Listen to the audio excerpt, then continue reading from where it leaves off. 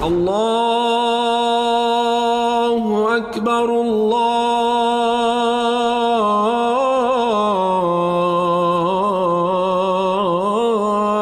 أكبر. Assalamu alaikum and welcome to the Islamic Center at New York University podcast, coming to you straight from the heart of New York City. We're building an amazing Muslim community here at ICNYU where everyone is welcomed and respected no matter where you're from or where you're at. This is the place to be. So open your ears and your heart and come along with us on another life-changing journey. Bismillah. Bismillah. Bismillah walhamdulillah. Wassalatu wassalamu ala rasulillah wa ala alihi wa sahbihi wa man wala. All praise is due to Allah subhanahu wa ta'ala. We thank Him, we praise Him, we glorify Him, beseech Him to send His choicest salutations upon His most beloved sallallahu ta'ala alayhi wa sallam, and upon all those who choose to tread in His path until the last day. So, if you didn't get into it in too much detail, one of the things we try to get people to do is to just connect with the people sitting around them. We're big on community here. But also for us to utilize the opportunity in a reflective state of spiritual exercise like fasting to get our minds going and to try to be aware as we're immersed in the practice of what it's actually doing to us. And so whether you actually talked about it or not, how has it been so far for people in terms of their fast of today? Clearly some of you look a little more tired than some of the others. But what has it been like for people today in comparison to other fasts that you might have done, or even just individually? How does it create anticipation for tomorrow, which is the fast that this day of fasting gets linked to? And if you didn't fast today, there's going to be insight that people can offer to you for today in comparison to what you might then anticipate if you're joining tomorrow's fast with the fast on Saturday. And just to clarify for people, the main fast is the 10th of Muharram, which is tomorrow, the day of Ashura. And the Prophet ﷺ, when he finds people fasting on this day, he says in the coming year, if he was to still be in this world, he would adjoin the 10th day with the day before, the day after was a recommendation to differentiate. If you fast only the 10th, that's also fine to do. If you're able to pair it with the day before, which is today, or the day after, then that's a good thing to do as well. But how is it for people today, for those who are fasting? What has it been like for you experientially? Yeah, go for it. Doing well. It's going well? It's going well. Feel good. It just leads me to better fast in the future. How does it do that? I would say my anticipation to, say, not eat or not crave as much, not wanting to follow the urges as much, has gotten a lot better. Okay, great. What else? How's it going for others? You can be honest, right? It's hard to say that it's hard, right? In our tradition, there's more ajr in doing something that has not like fluidity to it. You know, the person who reads the Quran with ease in comparison to the one who struggles with the recitation, the one who's struggling with the recitation, they have more reward in it than the one who could read it with fluidity, for example. Each one of us is distinct. It doesn't mean that we're traveling in solitude that yields loneliness. But when we say, Ihdina sirat al-mustaqim, guide us on the straight path, a sirat is not like a tight, narrow pathway, but it's a very expansive pathway. That you're still traversing your own journey, but there's room for many people to be walking it with you. It's not better or worse, but just so we can gain from each other's insights. So how has it been for others fasting today? What did you say? Very long. And what is it that makes it feel long? The heat. Not having my coffee in the morning. And what do you take from this?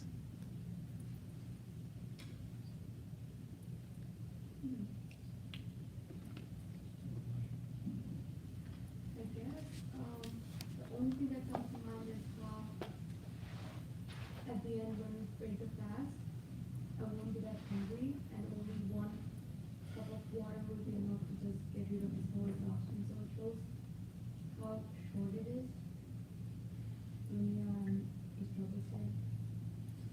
Yeah, there's a lot that's going on there, right? Awareness of what the impact is and the deprivation of certain substances in the course of our day, the recognition and anticipation of just how good that water is going to taste when you break your fast on it, and the whole idea that you have to go through a mode of abandonment sometimes to be able to find gratitude in something that quite often you engage in on a day-to-day basis. So right now, if you were to think, how great would a cold glass of water taste? But when was the last time in the last week that you really thought about it in that way? And the verse is applicable, right? يَا أَيُّهَا الَّذِينَ آمَنُوا كُتِبَ عَلَيْكُمُ الصِّيَامُ كَمَا كُتِبَ عَلَى الَّذِينَ مِنْ قَبْلِكُمْ لَعَلَّكُمْ تَتَّقُونَ. That, O you who have faith, fasting has been written for you as it was for those who came before you, so that you might attain taqwa.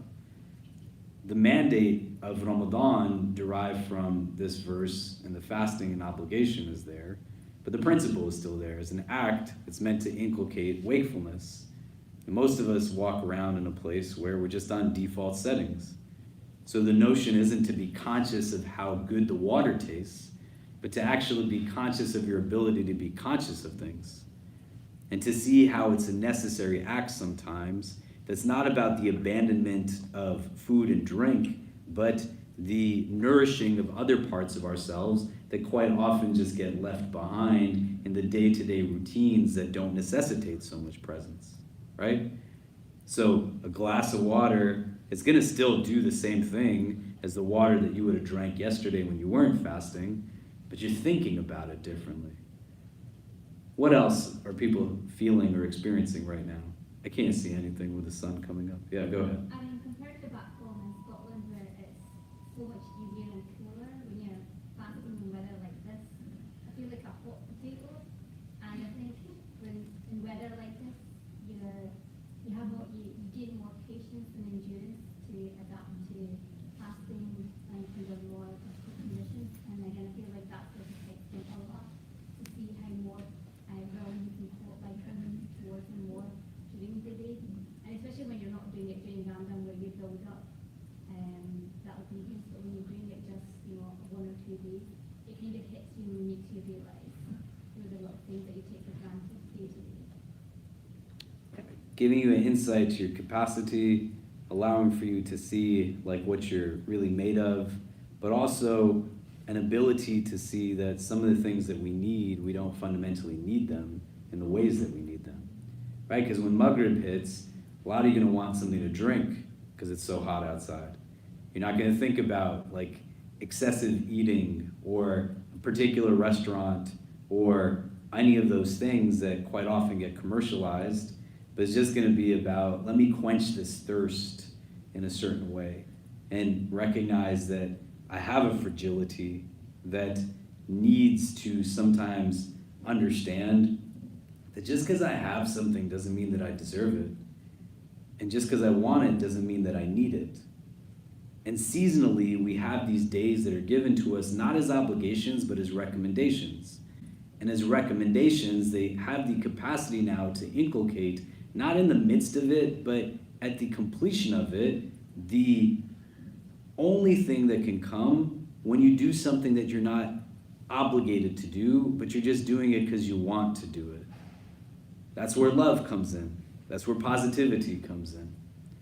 How about for anybody else? How's it been so far? Any other insights, any other thoughts? What's it been like today on this 9th day of Muharram? Yeah. So for me, I feel like on a day-to-day, it feels like you need a lot to be happy sometimes. And today I feel like just a glass of water would make me the happiest person in the world. So going back to what you said about how just the smallest thing, it's not about the big thing. Sometimes the smallest thing can bring you so much joy. What do you do to retain this tomorrow?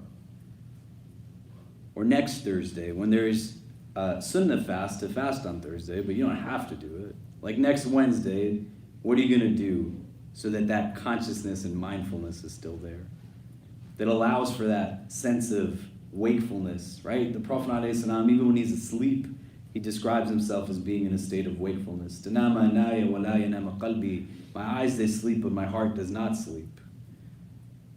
The opportunity to have presence that is able to recognize, even in like a simple sip of water, there's room for us to be able to find something that's not inescapable, but just real joy and contentment, that alhamdulillah, I have this water to drink. I have this thing to quench my thirst on. And to let that be a prism through which I have a vision modifier of other difficulties and challenges that are in my life.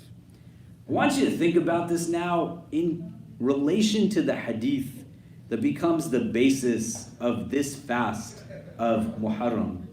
We have hadith that say in Muharram, the Prophet ﷺ would fast more in Muharram than any other month outside of Ramadan. And that Muharram itself is described as being a month of Allah. There's a lot of sanctity to it, a lot of hurma to it. To have something that's constructed with this frame of being of God, a book of God, a messenger of God, a house of God, it gives a unique distinction and elevated status to the thing that you're discussing.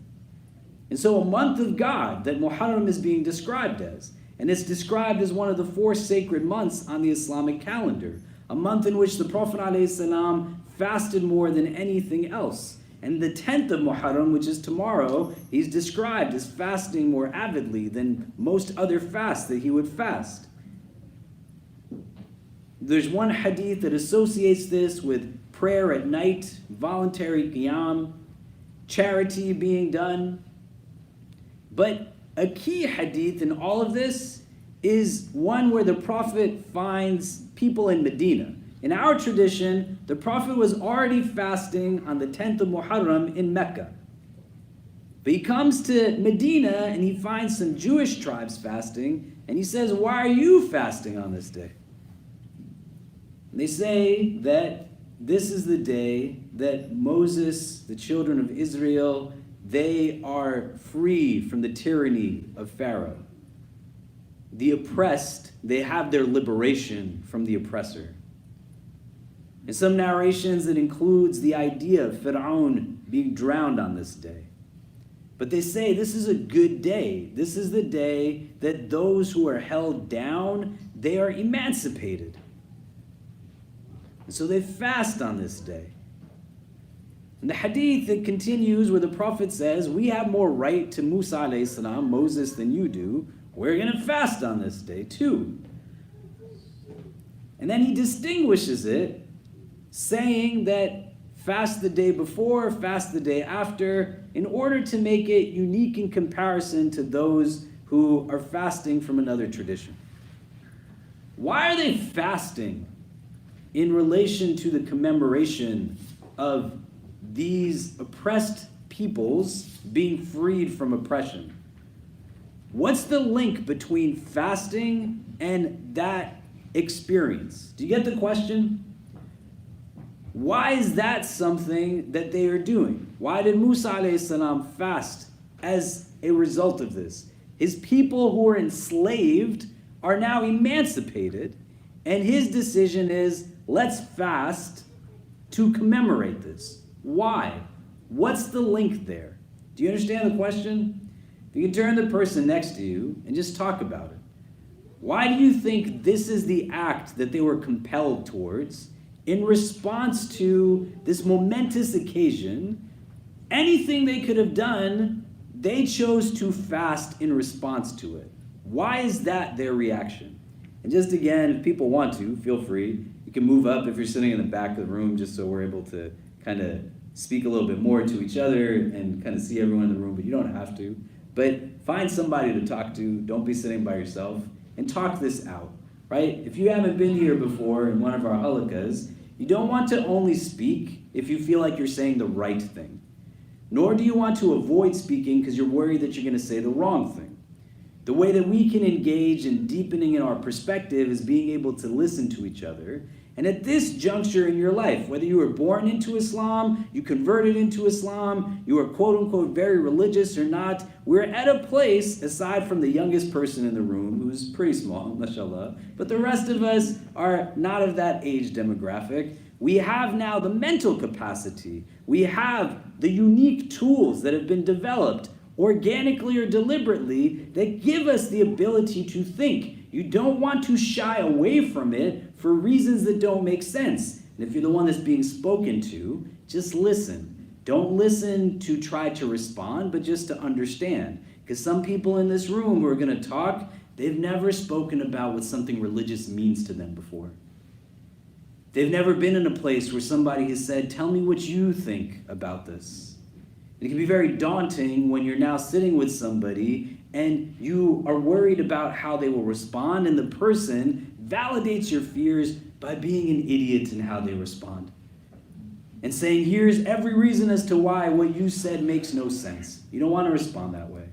Just let somebody share with you their insights. Why do you think that this is how they respond to the Exodus, the emancipation, as an oppressed people being set free from oppression? The oppressor is no longer able to be tyrannical. Why is this the response of these people at that time? Why are we being encouraged? The Prophet ﷺ telling his people, we're going to commemorate it too. And you and I, 14 centuries later, what is the link between fasting and this momentous occasion? Why is this a sensible act in response to it? If you can turn to the person next to you and talk it out, ideally in pairs, but try to be no more than 3 so everyone can talk and listen, and then we'll come back and discuss. Go ahead. Okay, so what are some of the things that we're coming up with? Why do you think this is how these people responded? Right, they're an enslaved population. Not for a day, not for a week, but this is going on for a long time. And to juxtapose it to some of the comments that we had in the beginning of today, which is not to put it in conflict with each other, but to just think out.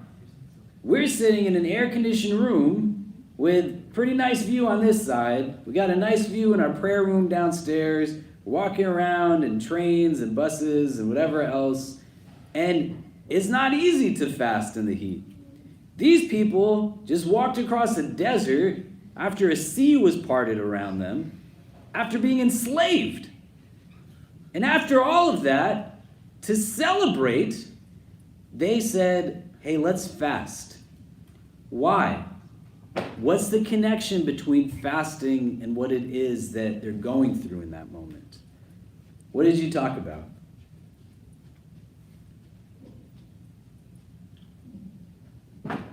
Do you want her to talk? Is that what you're poking her?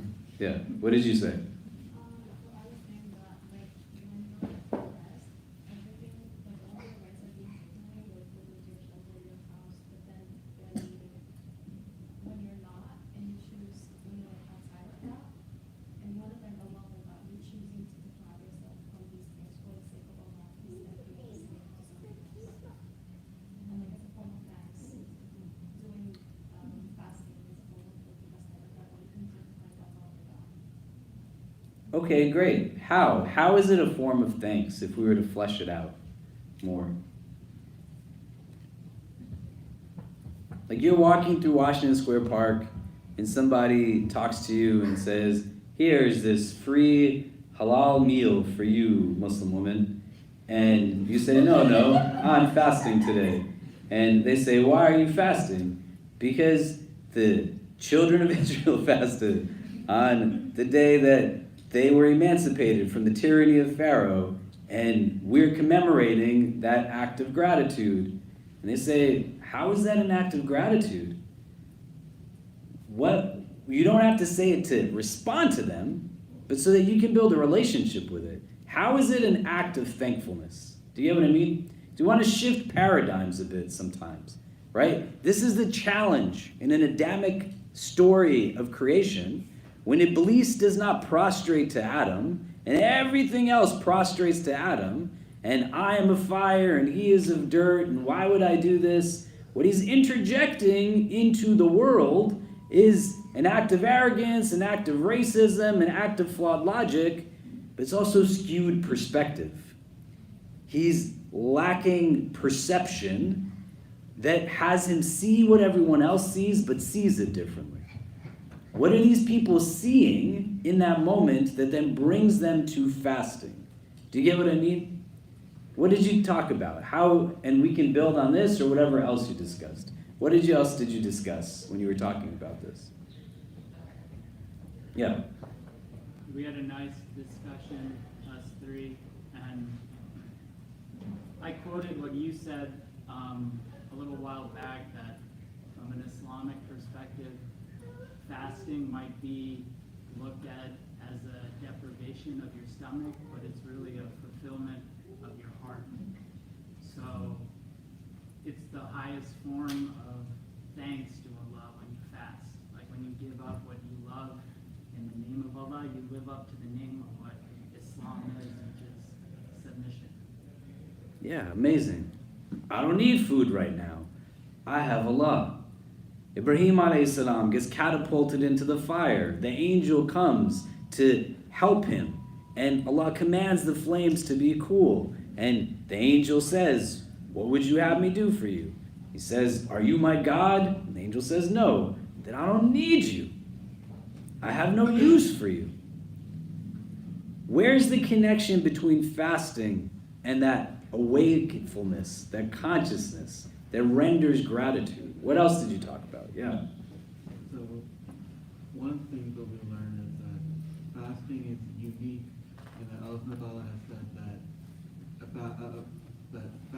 I determine what the reward for fasting is, right?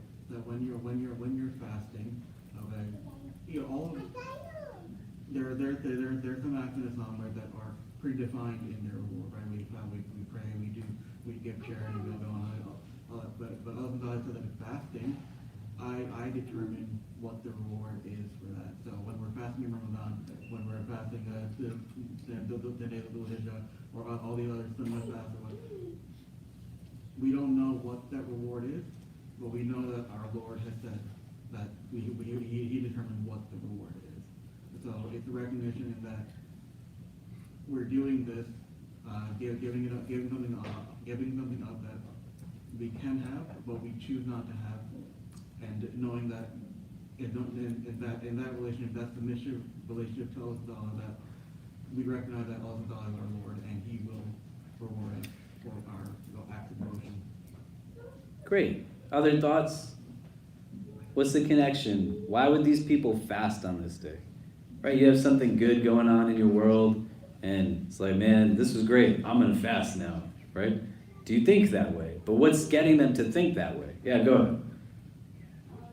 You're saying how through all these things that happened on this day, you're discussing some of the other events, they were relying upon Allah for their victory, for it to happen. And kind of similarly, the way I was looking at it was, we're relying upon Allah to even just get through our fast, and kind of giving up our food, it kind of puts you in touch with your own humanity and your own reliance upon who provides you with the food and the strength you have just to get through your day. So it kind of recenters you in seeing, like, you relied upon Allah for our victory, and you rely upon Allah for everything you have, what you're giving up in the fast. Musa alayhi salam fasts on this day. Nuh alayhi salam fasts on this day. The Prophet Muhammad sallallahu alayhi wasallam fasts on this day. You're part of an entire community that is now leaving behind your oppressor. You have an opportunity as literally miraculous things are happening around you. Can you imagine what it would be like to be in a group of people and there's a person in front of you that they have been given the mu'jiza, the miracle of making the sea part in front of your eyes? You've left now behind everything that has held you back on a physical sense. The psychological aspects to it, these are still people that are wired the way that we're built with. I've been in refugee camps. I've been in conflict zones. I've seen people that have PTSD as a result of living under genocide and ethnic cleansing. May Allah make things easy for them. The individuals who are giving them now the standard of what to be in response to this situation. That all of that we are now emancipated from, Moses is still the teacher of his people, and at the end of this tyranny, hey, let's fast. What's he seeking to bring them towards? What is he giving them as a consistent practice? And you got to think about this, reflect upon it, contemplate, because you know the way that things worked back in the day, right? We have Surat al-Fil that's associated with the year of the elephant, Am al-Fil, which is the year that commemorates for us momentous births of people who are the best of creation in our tradition. Sallallahu Alaihi Wasallam. These people are not going to forget the day that this happened. This is what they do in the Jewish community on Yom Kippur. It stays with them in that way. And every single time they celebrate this emancipation, they're not celebrating it with a feeding of the stomach or a feeding of the self. They're celebrating with a feeding of the soul. And the person who is leading them understands in the moment and what lies ahead is something that is not just about let's let loose for a little bit, but this is going to be something that sticks with people, that demographics all over. There are 2 billion of us in the world. The Sunni community makes up 90%. There's a lot of Muslims who today, tomorrow, and Saturday, they're going to be fasting. And whether they're aware of why they're fasting or not, every person who is designated to be a teacher of their people in relation to how you engage in the aftermath of this and the recognition of it, this is a moment where you don't want to feed your stomach, you want to feed your heart. You want awareness and consciousness to be something that's ever present. To recognize what it is that we're actually celebrating in this moment is the victory of the oppressed over the oppressor. That Allah is always with the oppressed, never with the oppressor. And the way that you engage in a celebration of the oppressed being freed from their oppression is to not indulge in dunya, but to recognize that your celestial self is bigger than anything that the dunya can offer to you. And then you have everything that you said in the moments that we started this conversation with. لِلصَّائِمِ فَرْحَتَانِ فَرْحَةٌ عِنْدَ إِفْطَارِهِ وَفَرْحَةٌ عِنْدَ لِقَاءِ رَبِّهِ. That for the fasting person, there's 2 farhas, 2 joys. There's a joy when they break their fast. It's going to feel good to drink that water. You better say Alhamdulillah so that you're drinking it from your heart as well as from your mouth. وَفَرْحَةٌ عِنْدَ لِقَاءِ رَبِّهِ. And there's a joy when they meet their Lord. Why? Because as-sawmu li is what the hadith teaches us. Allah says that fasting is for me. And the joy is still rooted that even in the most difficult of moments, you have a sense of dignity, an elevated sense of ethics and consciousness, that all of this is still within our understanding that we have a God that's not just watching us, but watching over us. You move forward now centuries from that moment. And you go into the 61st year after Hijrah, where the grandson of the Messenger, sallallahu alaihi wasallam, Hussein ibn Ali, radiallahu anhuma, may Allah be pleased with both of them, stands on the plain of Karbala. There's a tyrannical individual in front of him, an army that is now rooted in a dynastic movement that is newly formed as a mode of governance within the Muslim experience for the first time ever. And the individual who's standing on the 10th day, which is tomorrow for us, Maghrib sets upon us and we go into that. Our Shia brothers and sisters who have been gathering every night for the last 9 days in our musalla and will continue into Saturday night with a main program tomorrow morning to commemorate the martyrdom of Hussein radiallahu anhu. It's still attached to this notion of how do we relate with consciousness to what this world is all about. What does it mean to be a Muslim, not in name, but in reality? How do we find dignity, a sense of nobleness, in the standing of Hussein in Karbala, in the face of everything that are odds against him, but recognizing that those that transgressed against the grandson of the messenger of God are never remembered as being anything other than of the most terrible in terms of potential. And Hussein radiallahu anh is elevated and ennobled that much more through his act of witnessing to something that is much bigger than just what the world can offer to him. Fasting as a practice enables us to be able to potentially have that kind of consciousness. That when you're making this decision, you have this sense of awareness. It's not that fear dictates and defines why I do what I do, but I overcome the fear. I meet it with a courage that's not the absence of fear, but the ability to face fear and recognize what it is that I want to get to. For some of us, we're exhausted, not because fasting is hard, but because we don't do it enough. And you might say to me, after today and tomorrow, I'm not fasting in the middle of the summer ever again. And I would say, if you just tried it, you would learn things about yourself that you didn't even realize. If tomorrow is the 10th, we have the Sunnah fast of the middle days of the month, the 13th, 14th, and 15th of the month. So if Friday is the 10th, Saturday is the 11th, Sunday is the 12th, then Monday, Tuesday, and Wednesday, these are recommended days to fast also. There's a recommended fast of Mondays and Thursdays, twice a week. But you have to want it.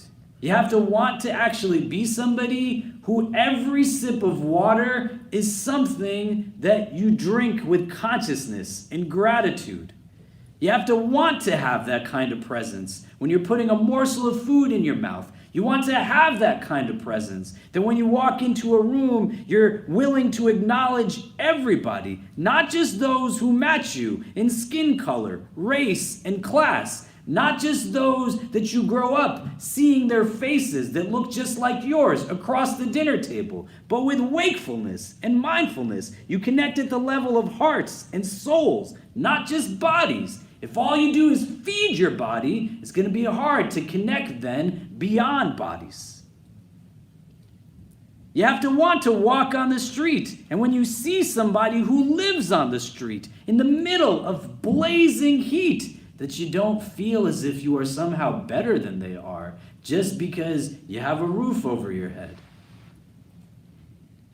Because just because you have it doesn't mean you did something to deserve it. All of these things get wrapped up in fasting. And so if you're exhausted today, good. You exhausted yourself for a good reason. Tomorrow, you're going to get up and do it again. Some of you who have been Muslim for more than a few years, you fasted in this heat when Ramadan was at this time of the year some years ago. Don't forget who you were. And if you want to think every single moment in these ways, because this is what the companions did. They longed for the long winter nights so that they could pray more to Allah, to fast in the long summer days because the fast was that much more impactful in these days. Why? Because when it's like 60 degrees outside, man, and Maghrib's at 4:30 in the afternoon, you're not going to feel the thirst the way you're feeling it now. And sometimes when you go to all of your limits, it allows for you to think about gratitude and appreciation and ni'mah in a different way. Musa alayhi salam is telling his people, even after all of this, we still have something to be grateful for. We still have autonomy to be able to choose how it is that we are going to commemorate and celebrate. So let's not forget that our response will be rooted in a truly Tawheed-driven, monotheistic response to this oppression that we faced. We lived in ways that nobody else can really imagine, where our hunger was involuntary. So now let's, on our own terms, be voluntary in it. Let's show that we are still in control of ourselves, even in every single way, that the one that just drowned behind us was one that's stuck in the dunya. Remember who our teachers are, alayhimus salam. So don't let it be the last time you fast. You got through a hot, heavy day. Why would you not fast in October and November? Why would you not fast in December and January? Why would you not make it a regular part of your spiritual diet? That you're not just feeding the stomach, but you're nourishing the heart. Do you get what I mean? Most of you right now, myself included, are in a place where you might not realize how you're absorbing it, but it's going to make sense a week from now. After you break your fast, you eat in a gathering that the angels are descending in. You're in a place where the barakah of the moment starts to come. Your willingness to give in to your own vulnerability around what it is that necessitates your reliance on something greater to just be. You'll be able to overcome certain things that say, it's not for anybody else. I can do this on a regular basis. I can start small, 1 day a week, a couple of days a month.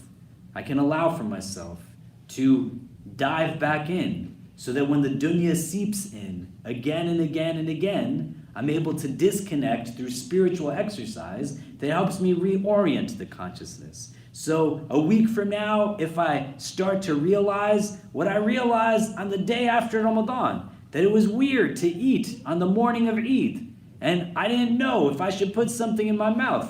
But after a month passed, I haven't thought about that for a minute. And now, I'm kind of where I was in those first couple of days of Ramadan again.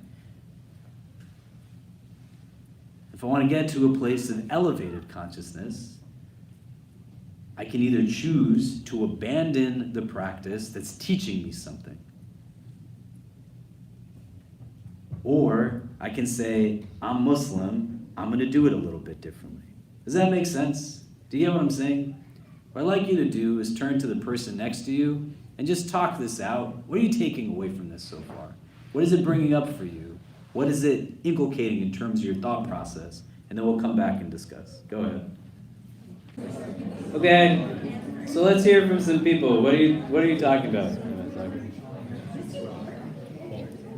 What did we discuss? What are some of the things we're taking away so far?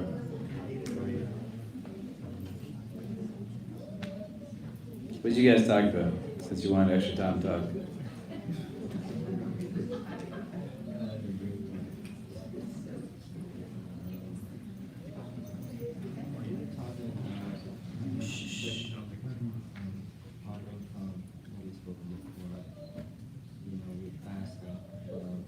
Can I give you the mic? Can I give you the microphone? I just can't hear you. Can you use this? Can you pass it?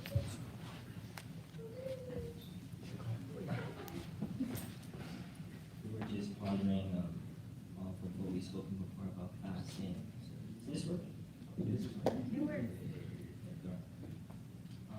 What we spoken before about fasting, I was just explaining how there's people who, they fast for a certain reward and how they fast, for the heart, for that deepening. And we're just, we're going off about is on how, where you exercise, that motive, where you exercise all that energy to. And then how you structure that, how you set yourself up to it. Because you don't want to, put a blame on yourself for not having the ability to do certain religious acts. because you are still growing, and growth is a part of this team. Perfection is your enemy. Perfection is haram. Excellence is the name of the game. So you have to make sure you go by feeling yourself and really having that conversation, as you mentioned about the psychological, really making sure that while you are also concentrating on Allah, you're making dhikrullah, you're also looking at your nafs and seeing how you're pacing yourself and how all of this contributes to the divine and so on. And that's about that. Yeah, amazing. Mashallah, right? Like, at the end of all this, we're emancipated. We didn't emancipate ourselves to go from servitude of one thing to servitude of another. Because even where these oppressors sought to captivate our bodies, we were always in submission of the divine. So we're not going to move from being in a place where in captivity our submission was to the divine to now being liberated and becoming submitted to the captivity of the dunya. You see? And so I'm in this space. The Prophet makes dua, Allahumma inni a'udhu bika min al-'ajzi wal-kasal, that, oh Allah, I seek your protection from inability and laziness. But it's not inability in the sense that I'm not fundamentally capable of doing something, right? I can't build an iPad. I don't know how to do that. I can't dunk a basketball. I know you're very surprised that I can't dunk a basketball, but I can't dunk a basketball. There's not that kind of inability. The inability that this word is saying, ajaz, is that I have the capacity to do it, but I still don't do it. And so there's a distinction there. If you can't do something, my daughter, she's 10 years old, mashallah, Medina, many of you have met her, make dua for her. She's an amazing blessing in my life. Probably the greatest thing that my name has ever been attached to. And she really wants to fast. She's got a cold and she can't fast. I said, you're sick, don't fast. But she wants to fast. We're going back and forth and why can't I fast? And my wife said fast on Saturday. And she's like, Saturday is not the day we're supposed to fast. We're supposed to fast tomorrow. And I said, baby, Allah rewards you for your intention when you really want it. Not just like pretend want it, but when you really want it. Allah gives you the ajr for the niyyah when you can't do what you really want to do, right? That's not the kind of inability we're talking about. It's that you have the capacity. If you didn't run for your whole last 5 years of your life, right? Like during COVID, I got pretty big. Not like in a healthy way, in an unhealthy way. My children and I were sitting in our apartment for many weeks, like many of you probably were. And one day we got onto a scale that my wife decided to bring home. And I stood on the scale, and I didn't even know that that number was something that could be associated with me. So my immediate reaction was to say to my wife, Priya, I think the scale you got is broken.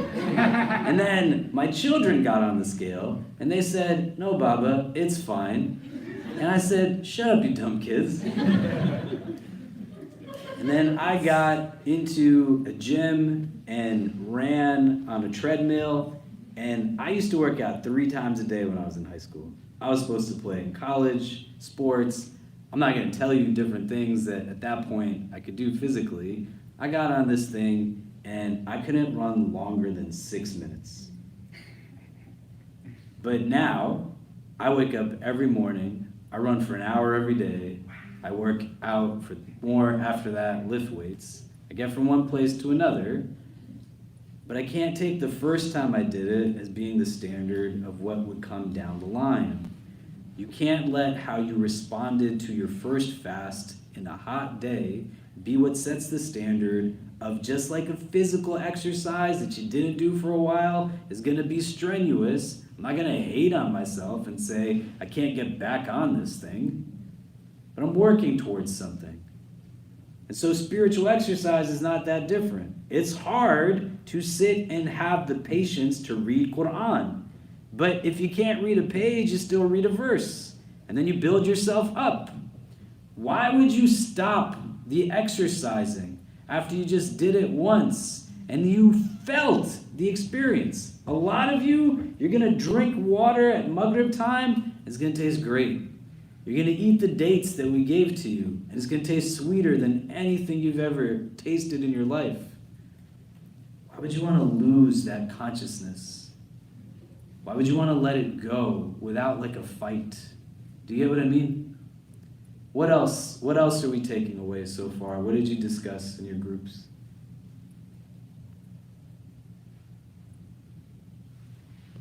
I heard a lot of people talking, so I know people were saying something. Yeah. It takes you away from the worldly distractions and allows you to submit more closer to Allah. And then what happens when you do that? You become more connected with Allah. And then what? Does that feel bad? No, I think for me it feels good. Great. And I'll spend more time reading and learning other things that I was not aware about. So it deepens not only my relationship with Allah, but my own spirituality as well. And are any of those bad things? It's okay if they are, you can say it, right? Everybody really likes your accent, so we won't mind. But thinking about this now, subjectively speaking, the sister's saying it's not bad, and I'm not saying she should or should not do, but some of you likely have similar outcomes. You have to think about it in order to name it as you're experiencing it so that it doesn't become fleeting and lost in the moment where now you're not feeding your celestial self at the time of sunset, you're feeding your stomach only. And so in these moments, you want that consciousness to elevate itself and to then say, if all of these things happen potentially, and the only thing that I have to do is for the time the sun is up, engage in this practice, why would I stop doing it? Some of us feel this way because you didn't wake up for suhoor this morning. You didn't drink even the sip of water that the Prophet says there's barakah in it. So you can enhance the exercise. Right? If I'm running on the treadmill, the first time I didn't stretch, I just ate like a bucket of ice cream before I got on this thing. You know, whatever else. That was a great laugh. Thank you. Yeah. It makes me feel amazing about myself. Yeah. But you start to reflect deeply. Like, hey, how do I get more out of this as a practice? Does anybody else have any thoughts, takeaways? I want to read a couple of things. Yeah, go ahead. I was just saying that the physical hunger is a nice physical reminder of like staying away from bad deeds and trying to do more good deeds, especially this one in the summer, which is like even harder. I think if you're not really fasting, like usually do on like Monday, Thursday, all of a sudden fasting like today, I think it was a very like solid reminder. And also another thing that I think you mentioned was like, I think the children of Israel when they escaped from Pharaoh, I think they fasted because it brought them humility rather than seeing themselves as like the children of like they have a miracle. They were shown humility by fasting. We kind of connect with those oppressed people throughout history. Those are the things. Yeah, and fasting is for everybody, whether they're wealthy or in poverty, regardless of the part of the world that they're in. But it doesn't mean that I can't take certain things from it for myself uniquely. And you start to deepen in the phase of life you're in. Can you imagine what it's like to live in this heat when you have nothing to eat or drink? And sometimes the only way that I can relate to people who are not in the same space of existence as I am is by purposely putting myself in a place that I remember, hey, this is all voluntary for me at the end of the day. I'm a grown man. I could go into my office and close the door, and I could eat whatever I want to. None of you would be able to say anything to me. I could sit here and eat in front of you right now. Who's going to say something to me? But the recognition is that sometimes our practice and ritual isn't just about ourselves as such, but is a mechanism to connect to others. And through that connection to others, it actually deepens being about ourselves in the best of ways. Because do you want to have a heart that is so much now rooted in a place where it is oppressed by the tyrannical nafs that's in you? that it's not even acutely aware or thinking of the fact that when it is hot and humid and crazy in the middle of Manhattan, where when the sun is up and the buildings are so high, one side of the street might have shade, but the other side does not. That there's more cops than anybody needs roaming the streets, but they have nothing better to do than bother the homeless people that are sleeping in the air-conditioned trains. That of all the things that they have capacity to do, they're going to chase after and arrest the people who jump over a turnstile that don't even have $2.75 to pay their fare. And Allah gives you the gift of fasting that allows for you to become more acutely aware through consciousness, taqwa. What is the point of you being Muslim in this world? Was it so that you could come to a room and have no doubt that there was going to be food on your plate at sunset? And then walk away not feeling joy at that reality? Do you get what I mean? I want to read to you some quotes from Ali radiallahu anhu. If you're at Jummah last week, we talked about the tragedy of Karbala. Tomorrow at the halaqah before, we'll get into it a little bit more. And I don't know what I'm going to talk about at Jummah tomorrow. But probably something relevant. But I want you to think about what these words give you in terms of perspective. There's nobody who's going to tell you that Ali radiallahu anh is not a good Muslim. There's nobody who can say he was just a Muslim in name. He is a Muslim in reality.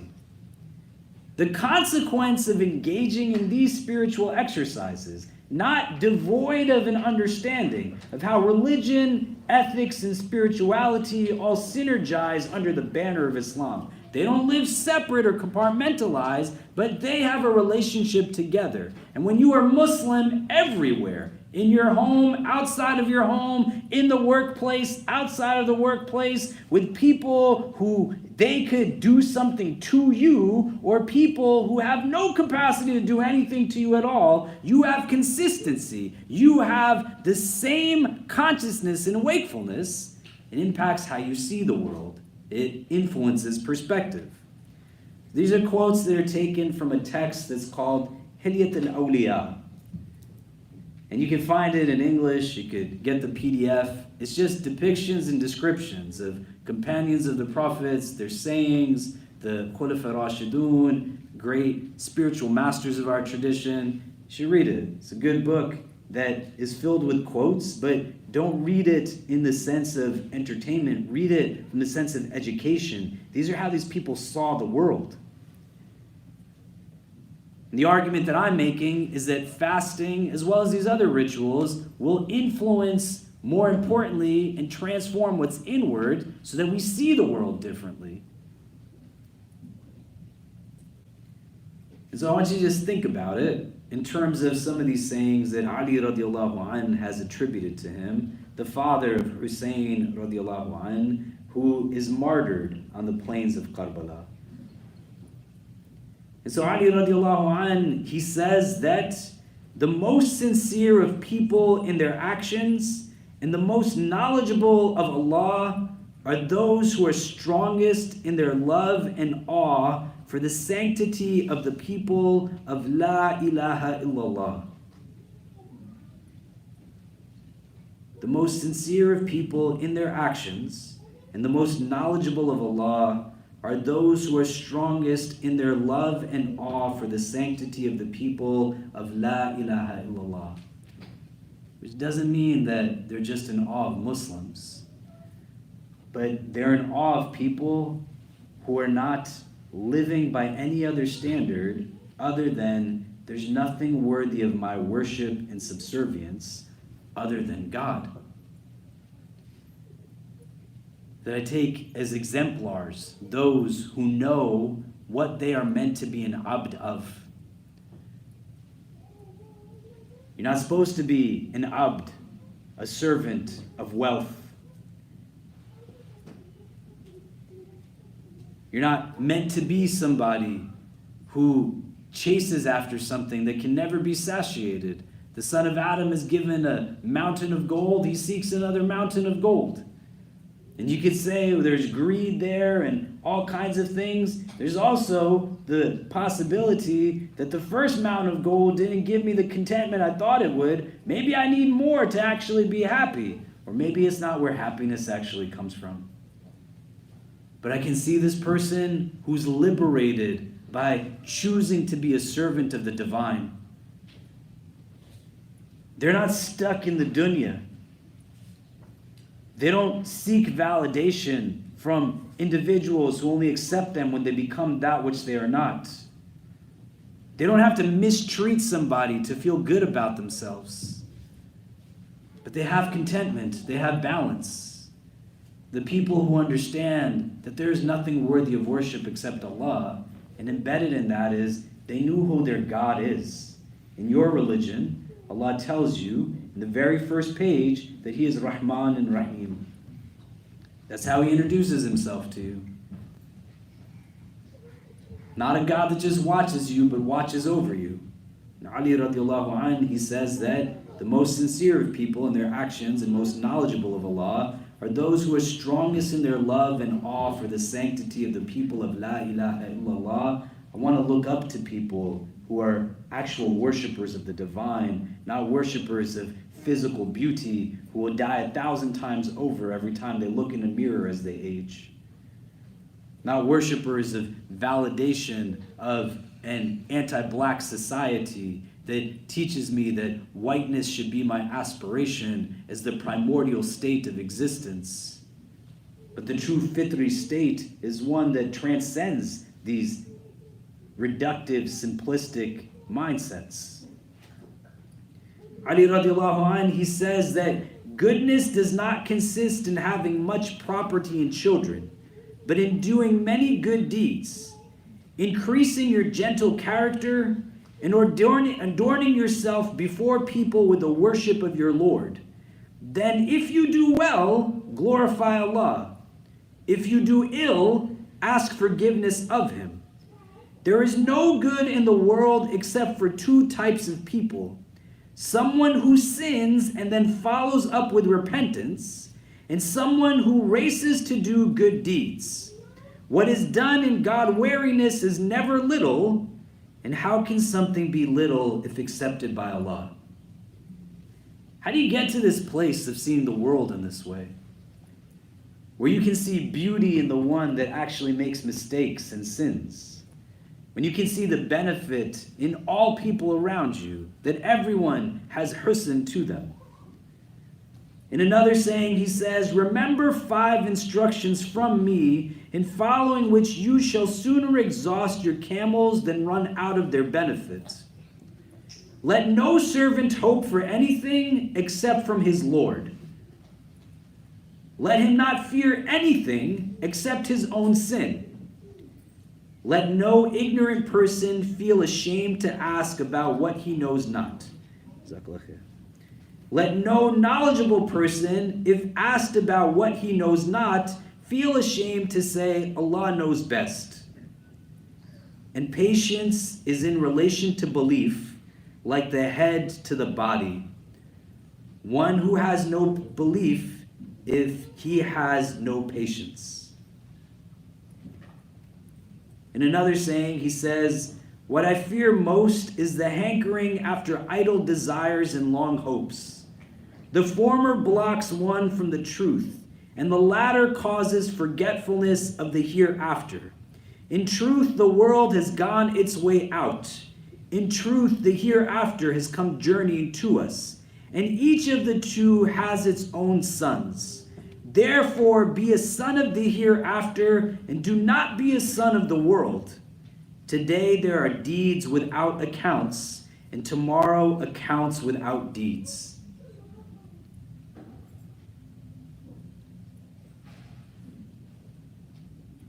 In another saying, he says, I've seen a remnant of the companions of Allah's Messenger, sallallahu alaihi wasallam. I see no one that resembles them. By Allah, they used to rise in the morning, disheveled, dust-covered, pale, with something between their eyes like goats' knees. As they had spent the night chanting Allah's book, turning from their feet to their foreheads.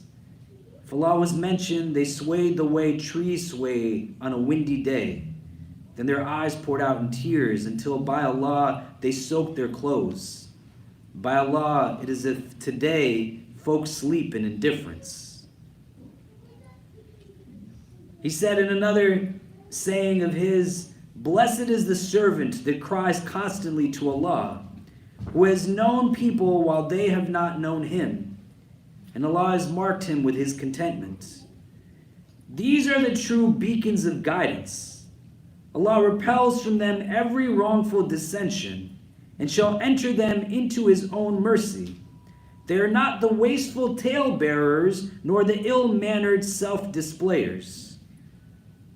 And he says in another narration of his, the real faqih is he who does not push people to despair from Allah's mercy, nor lulls them into a false sense of safety from his punishment, nor gives them licenses to disobey Allah, nor leaves the Quran for something else.